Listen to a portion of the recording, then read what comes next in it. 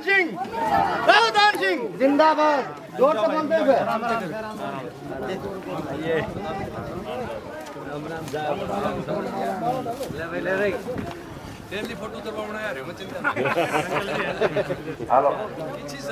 मान्यवर राहुल सिंह जी आपके बीच में, आपके प्रिय नेता माननीय राहुल सिंह जी आपके बीच में पहुंच चुके हैं।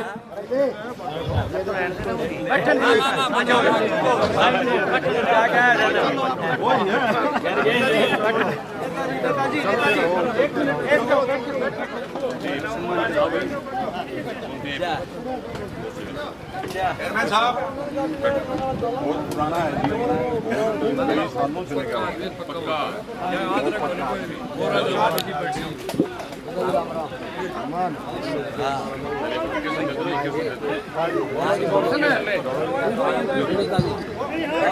भाई बैठ जाए सारे साथी, मेरा निवेदन है। भैया एक बार बैठो, चेयरमैन ओ भैया एक बार बैठाओ इनको, थोड़े से दूर हटो, बैठो एक बार जी बैठो।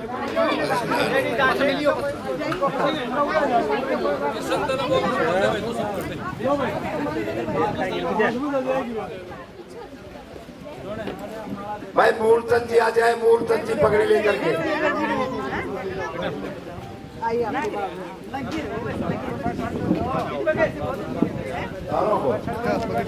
भाई मूर्तन जी, सवातन जी, दिसंबर जाल जी, साधुराम जी, सोमवीर जी, सुरेश जी, शेर सिंह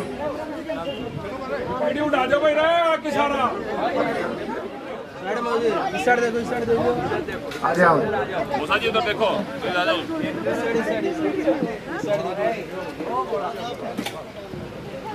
इधर देखो, उधर देखो, उधर देखो। हाँ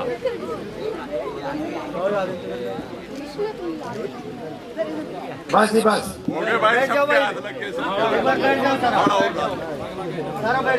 भाई बैठ जाए सारे साथी।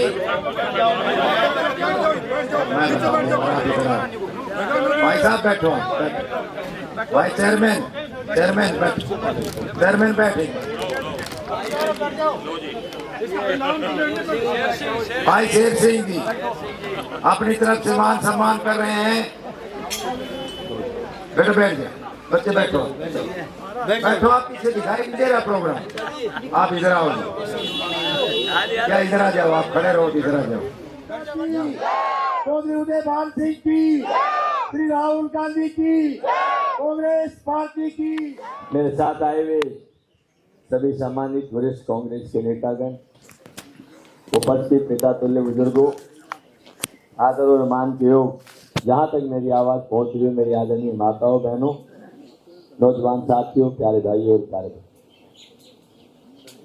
सर्वप्रथम तो मैं आप सबका धन्यवाद करता हूँ कि इस गर्मी के अवसर पर आप सब लोगों ने यहाँ पहुँच करके इस चुनावी सभा के अंदर आप सब ने हम सबको दो शब्द कहने का अवसर दिया। अभी हमारी बहन जी अलका जी ने आपको जो बातें बताई कि महिलाओं के साथ इस भारतीय जनता पार्टी ने किस तरह का व्यवहार किया है, ये किसी से छुपा हुआ नहीं कि भारतीय जनता पार्टी की नीति कथनी और करनी में अंतर दिखाती है।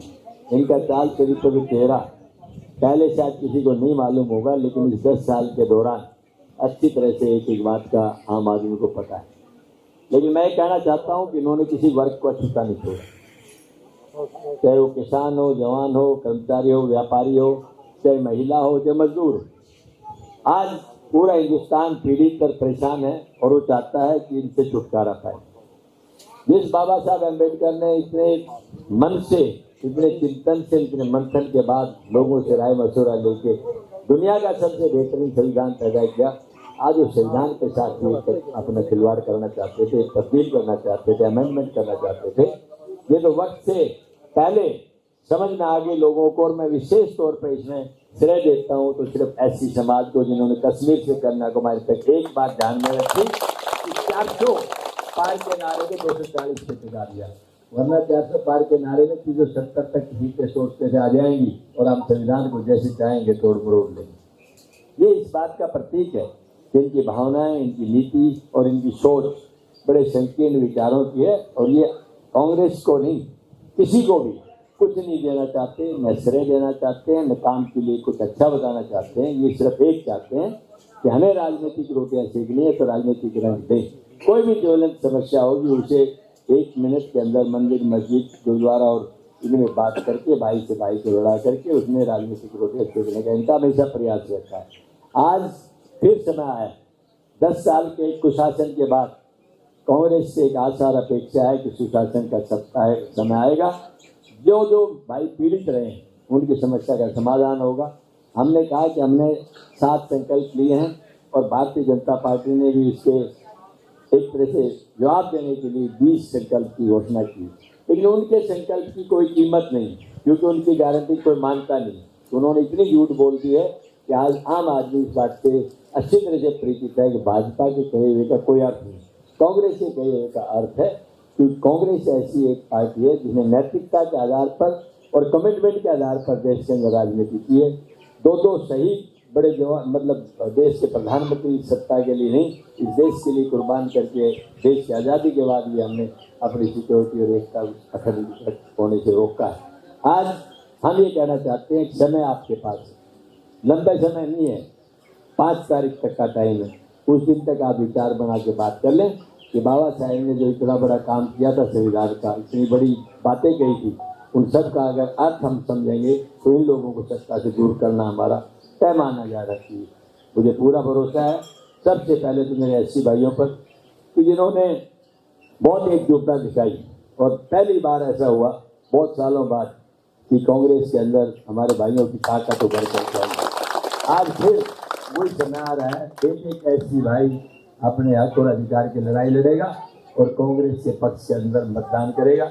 हम तो इतना कह सकते हैं कि जो इन्होंने आज तक भाजपा से नहीं लिया उससे कई गुना अच्छा कांग्रेस से ले, और कांग्रेस ही उनके हक और अधिकार की लड़ाई लड़ेगी। वरना तो रोजाना एट्रोसिटी का, महिला के खिलाफ एक तरह से अन्याय और अत्याचार और पीड़न का रोज कहानियाँ आती है, लेकिन इनको इस बात के कोई अर्थ नहीं। ये बिल्कुल नहीं सोचते कि ये बात गलत है या सही है, इनको ये चाहिए कि उन्हें क्या सूट करता है वो बात इनको चाहिए। इसलिए हम कहेंगे, अभी सारे भाई यहाँ पर हैं, बड़ी संख्या में महिलाएं हैं, आप अपने हक की बात करते हैं तो सबसे बड़ी बात 2 बताता हूँ। हाँ, सबसे बड़ी बात ये हमारे सबसे ज़्यादा लोग हैं बीपीएल परिवार के अंदर, ये फैमिली आईडी में आता तो उनको काट देते ताकि आप अधिकार से वंचित रह जाए। कांग्रेस के टाइम पे हमने 9 लाख प्लॉट देने की बात की थी, जिनमें से तकरीबन 4,03,92,000 हम दे पाए, बाकी सत्ता परिवर्तन हो गया, नहीं दे पाए। लेकिन अब बचे हुए जितने भी टाइम हैं वो हम नए प्लॉट जैसी सत्ता आएगी देंगे, लेकिन अब की बार खाली प्लॉट नहीं देंगे, उसके लिए आपको 2 कमरे, 1 रसोई और 1 बाथरूम आपको बना करके देंगे, तो इसमें आपको दिक्कत नहीं। बाकी संकल्प तो वही है, 6,000 पेंशन, बुढ़ापा पेंशन, अपंग की पेंशन, विधवा की पेंशन और 500 रुपये का सिलेंडर, 300 यूनिट बिजली की फ्री और 25 लाख रुपए इलाज के लिए। जो भी भाई ऐसी बड़ी बीमारी का भगवान न करे हमें जरूरत पड़े कभी, उसका अगर कोई पीड़ित है तो उसको आप मदद करें। मैं समझता हूँ कि आप सब लोग समझदार हैं, सारी बातें जानते हैं। एक मैं इतना ही वादा आपसे चाहूँगा, सही सोच के साथ काम करना। हम ये निवेदन करने आए हैं, अगर आप देखना चाहते हैं सच्चाई और अच्छाई तो कांग्रेस ही एक ऐसा विकल्प है जो हमारे समाज का भी और इस प्रदेश का भला कर सकते, क्षेत्र का भला कर सकती है। इसलिए इन शब्दों के साथ ज़्यादा कुछ नहीं कहते हुए आपने जो मान सम्मान दिया उस मान सम्मान के लिए आपका धन्यवाद। और आने वाली अच्छा केलों से भी तोल रहे हैं तो उनका भी धन्यवाद है भाइयों का। और भाई 5 तारीख को भूलना नहीं है, 5 तारीख को भूलना नहीं है, ठीक है। और भाई मेरे से सीधा संवाद अपना रहना चाहिए, बीच में किसी आदमी को लेने की जरूरत नहीं है। जहाँ मैं और आप हैं वहाँ किसी दूसरे को जरूरत नहीं है। मैं आपको इन शब्दों के साथ आप सबका बहुत बहुत धन्यवाद। जय हिंद, नमस्कार।